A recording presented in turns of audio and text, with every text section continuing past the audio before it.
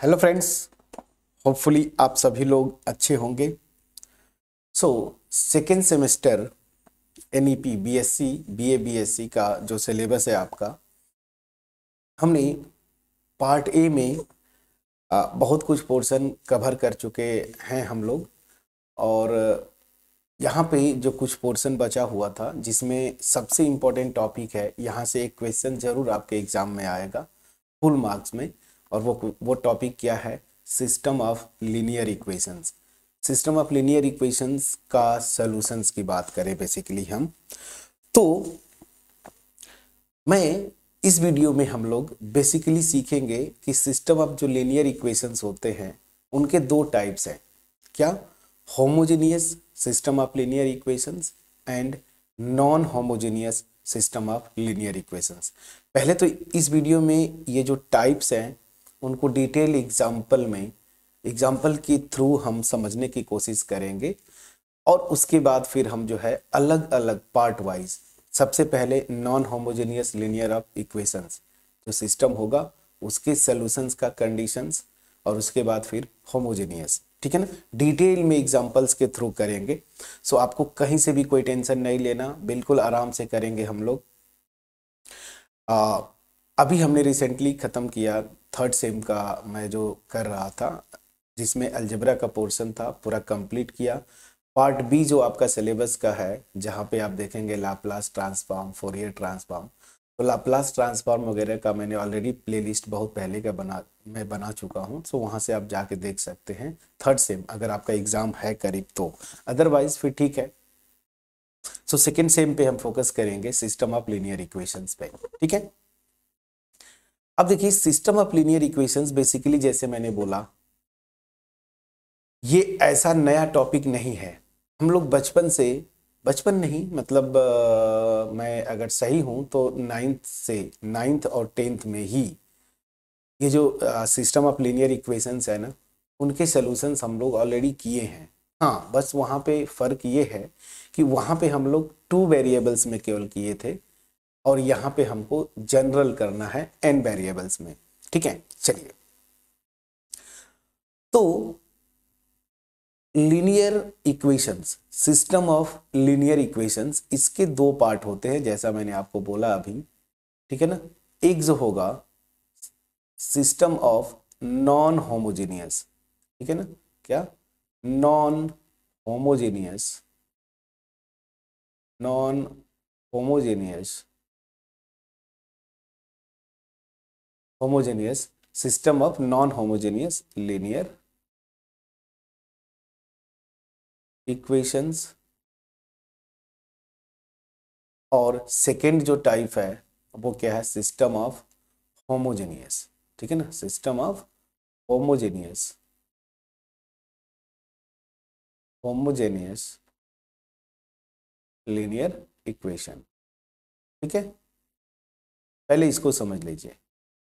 तो ये main part है। सिस्टम ऑफ लीनियर इक्वेशंस को हम दो मेजर पार्ट्स में डिवाइड करेंगे, system of non homogeneous linear equations और दूसरा system of homogeneous linear equations. अब यहां पे ध्यान दीजिएगा, ये जो लीनियर इक्वेशंस की अगर मैं बात बोलूं, पहले बिल्कुल बेसिक से स्टार्ट करते हैं, ठीक है।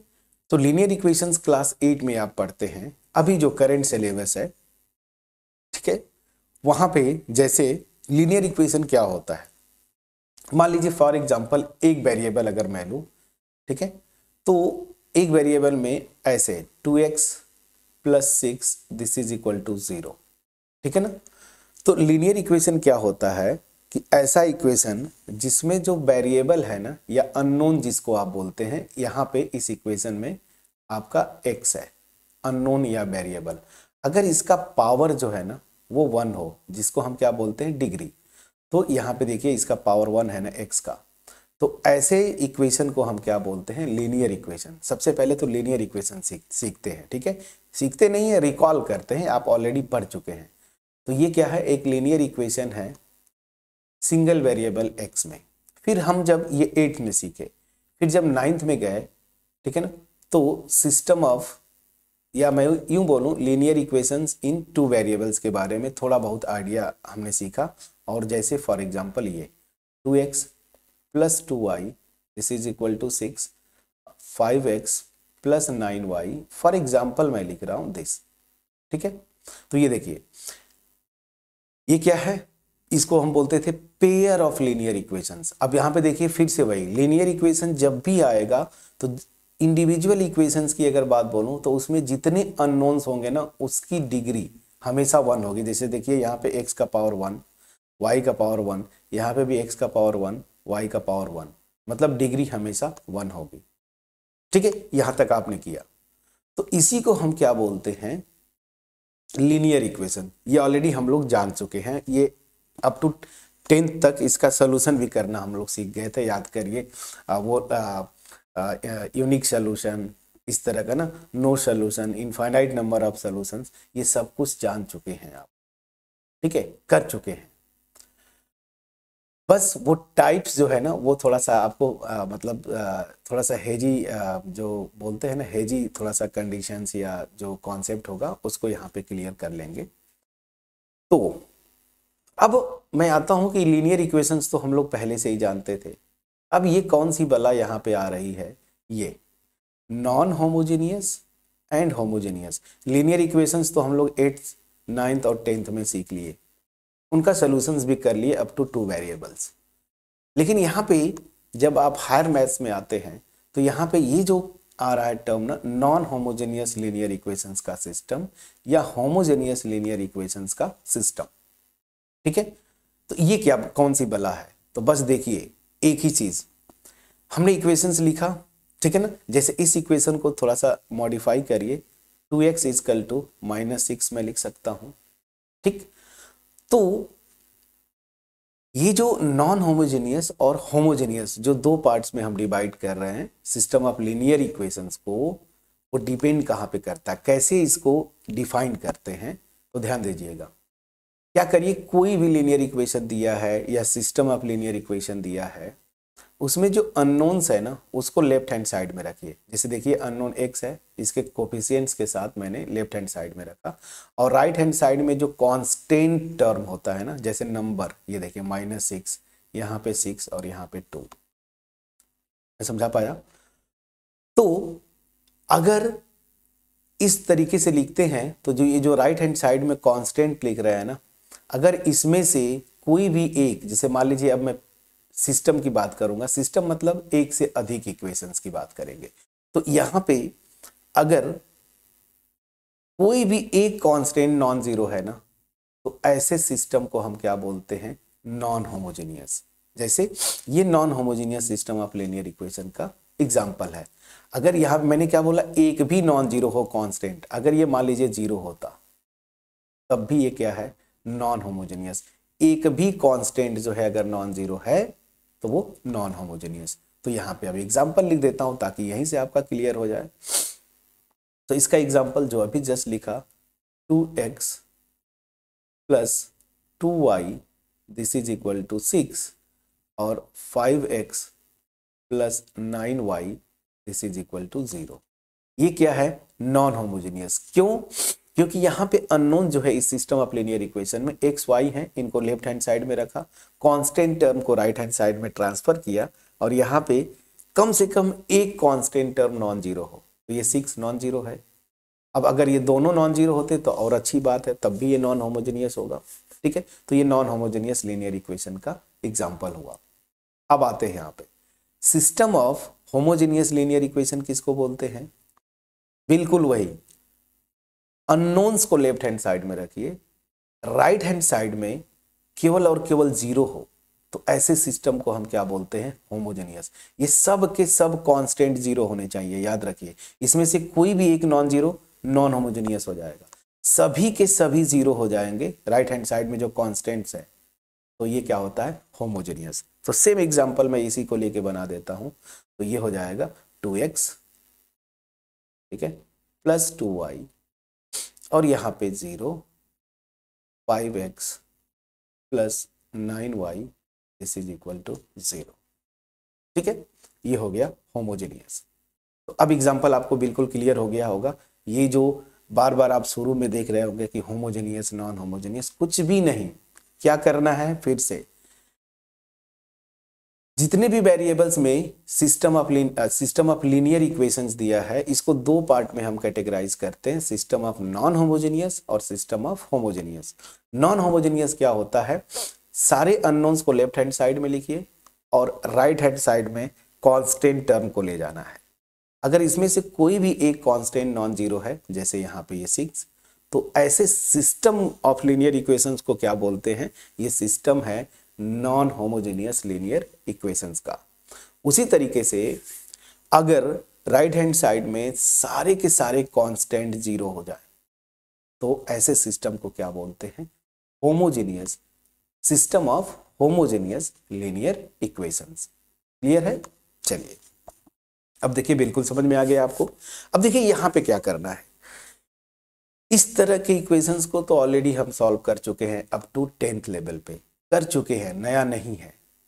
ठीक है, अब हम बेसिकली जो आपके एग्जाम में आएगा क्वेश्चन, वो 3 या 3 से ज्यादा वेरिएबल्स में लीनियर इक्वेशंस, मतलब सिस्टम ऑफ लीनियर इक्वेशंस की बात करेंगे हम।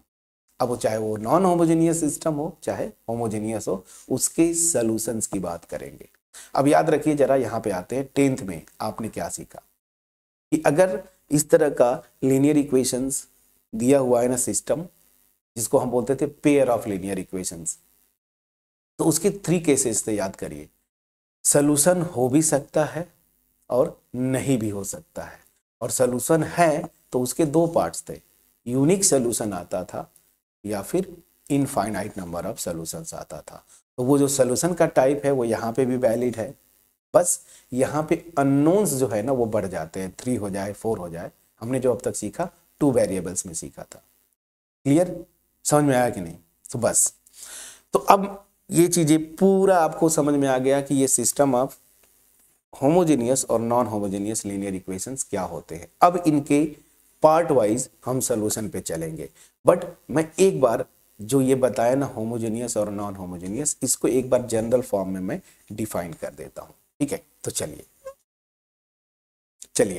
अब डिफिनीशन, एक बार डिफिनीशन का पार्ट जो है यहाँ पे कवर करते हैं हम। सो क्या होगा, यहाँ पे मैं पूरा लिखता हूं, कंसीडर जनरलाइज फॉर्म ना, अब n वेरिएबल्स में। So consider the system, consider the following system, चलिए consider the following system, the following system of m linear equations, m linear equations in n unknowns, unknowns x1 x2 xn, ये dot dot है। ठीक, मैं क्या बोल रहा हूं, जैसे देखिए यहाँ पे इसीलिए मैंने पहले एग्जाम्पल लिख दिया। मैं जो बोल रहा हूं कि m लीनियर इक्वेशन मतलब नंबर में, तो यहाँ पे देखिए कितने हैं, 1 2, तो 2 लीनियर इक्वेशंस है। तो यहाँ पे m की वैल्यू इस पर्टिकुलर एग्जाम्पल में 2 हो गया, और मैं बोल रहा हूँ n अननोन्स, मतलब ये कितने अननोन्स है, तो यहाँ पे कितने अननोन्स है, x और y, 2 अननोन्स है।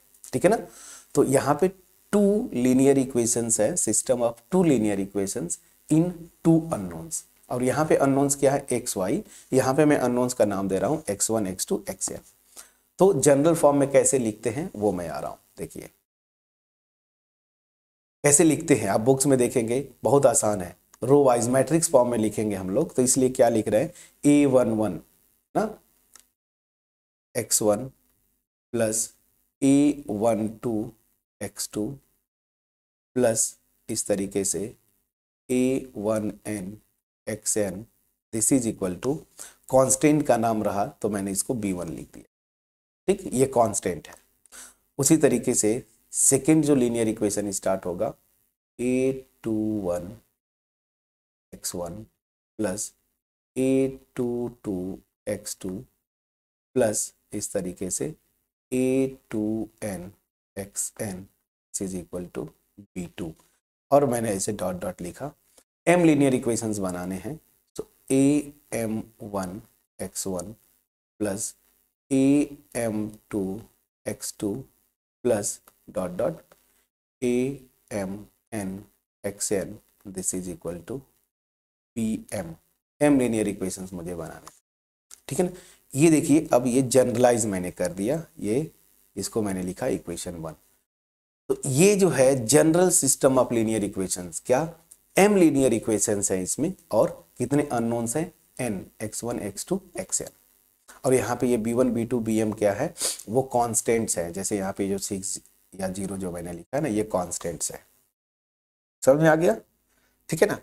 सो यहाँ पे मैंने ये लिखा। अब इसको यहीं पे मैं दो पार्ट में, जो डिफिनीशन था ना होमोजेनियस नॉन होमोजेनियस, तो क्या होगा, यहाँ पे जो ये कांस्टेंट्स है b1 b2 bm, इसमें से अगर एक भी नॉन जीरो है तो इस सिस्टम को क्या बोलेंगे, नॉन होमोजेनियस। तो यहीं पे मैं लिखता हूं the system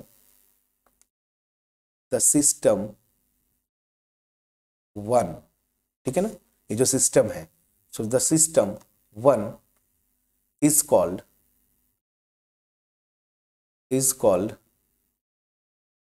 non-homogeneous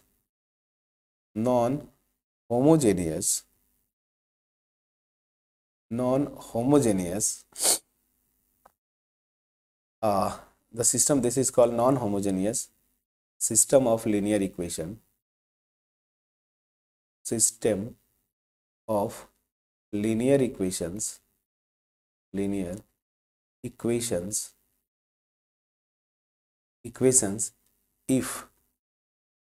if at least one bi is not equal to 0। इसका मतलब क्या होगा, कम से कम एक नॉन जीरो हो जाए। bi is not equal to 0 मतलब एक भी नॉन जीरो हो जाए तब भी नॉन होमोजेनियस। जैसे यहाँ पे मैंने बताया था आपको, ये 0 है लेकिन यहाँ पे एक नॉन जीरो है, सभी नॉन जीरो है तब तो और अच्छी बात है, कम से कम एक नॉन जीरो, ठीक। तो इस सिस्टम ऑफ लीनियर इक्वेशन को बोलेंगे non homogeneous system of linear equation, अगर कम से कम एक bi जो है नॉन जीरो हो जाए। अब इसी का होमोजेनियस वाले पे कर देते हैं। If each bi is 0 for every I equal to 1 से लेके कहाँ तक, m तक, मतलब सारे के सारे जीरो हो जाए। यहाँ पे मैं लिख देता हूँ दैट इज, इसका मतलब क्या है, b1 भी जीरो हो जाए, b2 भी जीरो हो जाए, ठीक है ना, और सब के सब this is equal to bm, ये सब के सब जीरो हो जाए, ठीक है ना। If this then system 1 is called system of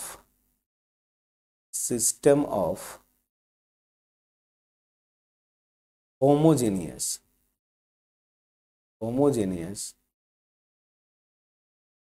ठीक है ना, homogeneous linear equations, homogeneous linear equations, इसको हम क्या बोलते हैं, system of homogeneous linear equations, अगर सब के सब कांस्टेंट जो है ना जीरो हो जाए। समझा पाया।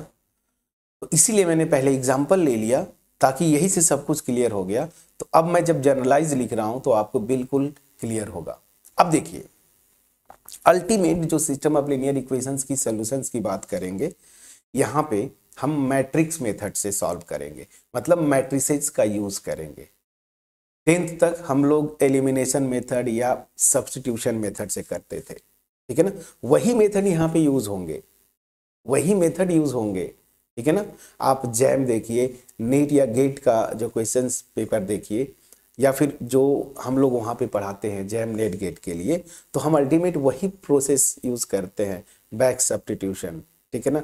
तो वहाँ पे पायोट निकालते हैं, ठीक है ना, फ्री वेरिएबल्स निकालते हैं, वो अलग इशू है, वहाँ पे जब जाएंगे तो कब उसको सीखेंगे। बट यहाँ पे आपके होम एग्जाम में जो प्रोसेस है उस पर हम फॉलो करेंगे, मैट्रिक्स मेथड यूज करना है। कैसे, चलिए उस पे हम आते हैं, उस पार्ट पे। यहां तक क्लियर हुआ कि नहीं फ्रेंड्स? प्लीज बोलिएगा। ठीक है, सो होमोजेनियस और नॉन होमोजेनियस ये समझ में आ गया, सिस्टम ऑफ लीनियर इक्वेशंस। अब मैं इंटरेस्टेड हूं कि ये जो सिस्टम ऑफ होमोजेनियस इक्वेशन दिया है या नॉन होमोजेनियस, इसको मैट्रिक्स फॉर्म में कैसे लिखे। ठीक है, तो यही जो एग्जांपल्स मैंने लिए हैं ना, यही से पहले मैं बना दूं, ताकि फिर आगे जब मैं लिखूं तो वहां से समझ में आएगा। देखिए, पहले मैं नॉन होमोजेनियस वाले को लिखता हूं। अगर इसको मैं मैट्रिक्स फॉर्म में लिखना चाहूँ तो कैसे लिखेंगे? तो देखिए, मैट्रिक्स फॉर्म में अगर आपको लिखना है, ये देखिए कैसे लिखेंगे। आप मैट्रिक्स 12 में पढ़े हैं, इसको बाकायदे आप मैट्रिक्स फॉर्म में लिख सकते हैं। कैसे? ये रो वाइज लिख दीजिए ऐसे ना, क्या 2 2 कोफिशिएंट एक्स और वाई के, और यहाँ पे 5 9 दिस, और यहाँ पे एक्स वाई ऐसे कॉलम ना। हमें मैट्रिक्स फॉर्म में लिखना है, तो दिस इक्वल टू यहाँ पे जो कांस्टेंट है 6,0, ठीक है ना, ये हो गया। अगर इसको लिखना होता तो ये पूरा यही रहता, यहाँ पे ये 0,0 कर देते। तो इसको अगर मैं मैट्रिक्स फॉर्म में लिखना चाहूँ इस system of non homogeneous linear equation को, तो ऐसे लिखूंगा। और इस सिस्टम ऑफ होमोजेनियस इक्वेशंस को लिखना था तो मैं कुछ नहीं करता, यहाँ पे मैं सिंपली 0 पुट कर देता। प्लीज चेक करिए, समझ में आ गया? तो चलिए इसको मैं नॉन होमोजेनियस वाला केस पे ही छोड़ता हूँ। समझ में आ गया? तो बस यही बात है। इसको आप कैसे लिखेंगे? m वेरिएबल्स है, ठीक है ना, सॉरी m इक्वेशंस है n वेरिएबल्स में, तो कैसे लिखेंगे मैट्रिक्स फॉर्म में? अब यहाँ पे कॉन्सेप्ट करके, ठीक है ना, कॉन्सेप्ट करके। चलिए मैं बाकायदे पूरा आपके नोट्स के पॉइंट ऑफ व्यू से पूरा ये सब कुछ आपको पढ़ा रहा हूँ, ठीक है, नोट्स भी बनाते चलिए। तो सिस्टम 1 मतलब system of linear equations, system 1 can be written as written written as in matrix form, in matrix form the system can be written as in matrix form as follows, कैसे? ध्यान दीजिए कैसे लिखेंगे। देखिए जैसे हमने बनाया, जो कोफिशिएंट्स है उसको एक मैट्रिक्स बनाएंगे ना, तो क्या होगा, फर्स्ट रो क्या आएगी मैट्रिक्स का, A11 A12 इस तरह से A1n, जैसे यहाँ पे आपने लिखा था ना 2 2 रो वाइज, तो रो वाइज आप लिखते चलिए। तो A11 से लेके A1n तक फर्स्ट रो, तो कैसे लिखेंगे? ध्यान दीजिए, A11 A12 और इस तरह से डॉट डॉट A1n। अब आते हैं सेकेंड रो। सेकेंड रो क्या हो जाएगा? देखिए ये है A21 A22 से लेके A2n तक। अब आप बना ले जाएंगे तो A21 A22 dot dot dot A2n, ठीक है ना, A2n। अब लास्ट में इस तरह से AM1 से लेके ऐसे स्टार्ट, तो डॉट डॉट कर दें ऐसे, dot dot AM1 AM2 dot dot AM, ये हो गया मैट्रिक्स। और यहाँ पे अननोन्स को ऐसे लिखेंगे x1 x2 dot dot dot xn, please check करिएगा, ठीक है। तो ये जो मेरी मैट्रिक्स है कितनी है? m रोज है, इसका ऑर्डर अगर मैं बोलूँ तो यहाँ पे m रोज है, n कॉलम्स है, प्लीज चेक करिएगा, ठीक है। और यहाँ पे क्या है, अगर ऐसे आप देखें तो n रोज है, एक कॉलम है। जब मल्टीप्लाई करेंगे तो m क्रॉस 1 का आएगा, and this is equal to क्या आता है? Constant term. Constant term already आपको पता है, p1 p2 dot dot dot pm।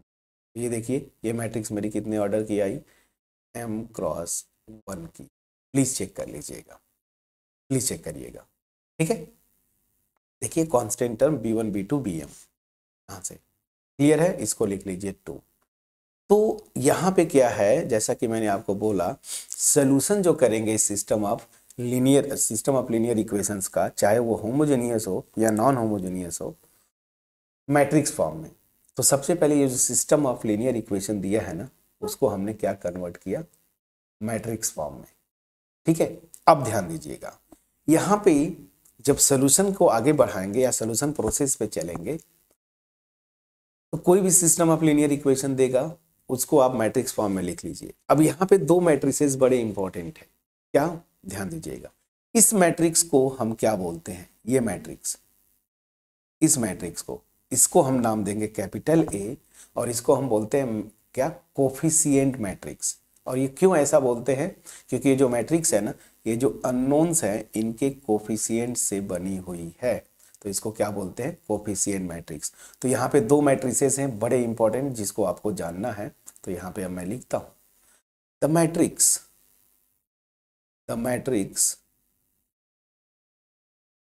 ये वाली द मैट्रिक्स, इसका नाम देता हूँ ए, दिस इज इक्वल टू, मैं फिर से एक बार लिखूंगा, इस मैट्रिक्स को क्या है, ये A11 A12 dot dot dot A1n, यहाँ पे A21 A22 dot dot A2n, फिर यहाँ पे AM1 AM2 dot dot AMn। ठीक है ना, ये जो मैट्रिक्स है, so the matrix this is called the coefficient matrix, क्या, द कोफिशिएंट मैट्रिक्स। इस मैट्रिक्स को हम क्या बोलते हैं, कोफिशिएंट मैट्रिक्स। ठीक है, इस मैट्रिक्स को हम बोलेंगे कोफिशिएंट मैट्रिक्स, इसको हमने क्या बोला, कोफिशिएंट मैट्रिक्स।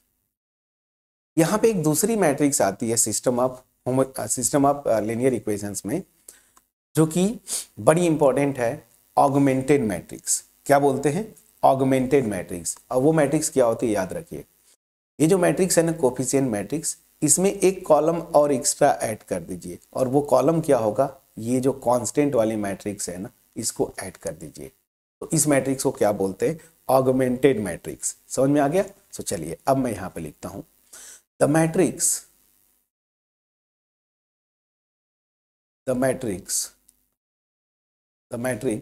नाम बहुत लिखते हैं, सी भी लिखते हैं कुछ बुक्स में के लिखते हैं, कुछ बुक्स में ये लिखते हैं ए के पावर सी। तो नोटेशन से फर्क नहीं पड़ना चाहिए आपको, बस डिफिनीशन जो है ऑगमेंटेड, क्या कर बताया मैंने, ये कोफिशिएंट मैट्रिक्स में एक एक्स्ट्रा कॉलम ऐड कर दीजिए, ये वाला। तो मैं अब इसको लिखता हूँ, तो मैं द मैट्रिक्स कोफिशिएंट मैट्रिक्स तो मेरी है ही A11 A12 dot dot A1n A21 A22 dot dot A2n, यहाँ पे AM1 AM2 dot dot AMn। ठीक है ना, ये मैट्रिक्स हो गई। अब इसमें क्या करना है, ये कोफिशिएंट मैट्रिक्स है। अब इसमें मैं बोल रहा हूँ कि ये जो कॉलम है ना, ये वाला कांस्टेंट वाला, इसको ऐड कर दीजिए। तो ये क्या है, B1 B2, ठीक है ना, डॉट डॉट डॉट BM। ये जो मेरी मैट्रिक्स बन रही है, इस मैट्रिक्स को क्या बोलते हैं, augmented matrix. So the matrix this is called the augmented matrix. क्या, देखिए AUG, ऑगमेंटेड, ठीक है, मेंटेड, ठीक है ना, मैट्रिक्स। तो इसको हम क्या बोलते हैं, ऑगमेंटेड मैट्रिक्स। अब ये जो ऑगमेंटेड मैट्रिक्स है, बड़ा इंपॉर्टेंट रोल प्ले करेगी जब हम system of non homogeneous linear equations का सॉल्यूशंस करेंगे। ठीक है, तो चलिए यहां तक समझ में आ गया। ठीक है, अब ये पूरी जो सिस्टम ऑफ लीनियर इक्वेशंस है, इनके जो दो टाइप्स थे, ठीक है ना, उसको हमने डिटेल में सीखा, होमोजेनियस और नॉन होमोजेनियस। ठीक है, और डिटेल में हमने general system of m linear equations in n unknowns में वो जनरलाइज हमने किया, फिर उसको मैट्रिक्स फॉर्म में लिखा। यहां से जो दो चीजें आपको याद करनी है, कोफिशिएंट मैट्रिक्स और ऑगमेंटेड मैट्रिक्स, इनको याद रखिएगा। ठीक, अब देखिए मैं स्पेशली आता हूं नॉन होमोजेनियस वाला system of linear equations, for example ये, ठीक। तो याद करिए जो 10th में हमने सीखा था वहां पे भी ये टर्म है कि अगर इसका पॉसिबिलिटीज क्या है कि सोल्यूशन एग्जिस्ट भी करे, सोल्यूशन एग्जिस्ट न भी करे। तो जब सोल्यूशन एग्जिस्ट करता है ना, उसी को हम बोलते हैं क्या, कि ये सिस्टम जो है कंसिस्टेंट है। और अगर सोल्यूशन एग्जिस्ट न करे तो हम क्या बोलते हैं, सिस्टम जो है इनकंसिस्टेंट है। तो अब पार्ट बाय पार्ट करेंगे। नेक्स्ट वीडियो में पूरा डिटेल थ्योरी पहले हम डिस्कस करेंगे, क्या, non homogeneous system of linear equations की कंसिस्टेंसी की बात करेंगे, ठीक है ना। और उसके बाद फिर जो है होमोजेनियस पे चलेंगे। होपफुली जो मेरा इंट्रोडक्शन वीडियो था ये सिस्टम ऑफ लीनियर इक्वेशंस पे, आपके पास क्रिस्टल क्लियर वे में पहुंच पाया होगा। अगर पहुंच पाया है, वीडियो को लाइक करिएगा, फ्रेंड्स के साथ जरूर शेयर करिए, कमेंट सेक्शन में कमेंट के थ्रू अप्रिशिएट करना मत भूलिएगा। चैनल पे नए हैं जरूर सब्सक्राइब करिएगा। स्पेशली उन फ्रेंड्स से मैं रिक्वेस्ट करूंगा जो बार बार चैनल को विजिट करते हैं बट अभी तक सब्सक्राइब नहीं किया है, प्लीज सब्सक्राइब करें फ्रेंड्स। याद रखें, मेरा जो मोटिव है, मैं बार बार बोलता हूं कि अगर थोड़ा बहुत मुझे मैथ्स आती है तो मैं मास में लोगों से शेयर करना चाहता हूं अपने नॉलेज को। इस मोटिव में आप सहयोग करें, सिंपली जो मैंने इंस्ट्रक्शन दिए वो फॉलो करें, ठीक है। जब भी वीडियोज अच्छी लगे लाइक ज़रूर करिए, फ्रेंड्स के साथ शेयर कर दीजिए, कमेंट सेक्शन में ज़रूर कमेंट ड्रॉप करें। वो हमें हमारा कॉन्फिडेंस बूस्टअप करता है, मोटिवेट करता है इस तरह की क्वालिटी वीडियोस बनाने के। तो चलिए अब नेक्स्ट वीडियो में हम इंडिविजुअली चलेंगे। सबसे पहले non homogeneous system of linear equation के कंसिस्टेंसी की बात करेंगे। कुछ थ्योरम्स हैं वो बताती हैं कि कब कंसिस्टेंट होगा, कब कंसिस्टेंट नहीं होगा। तो मिलते हैं नेक्स्ट वीडियो में, तब तक अपना ख्याल रखें, पढ़ाई करते रहें।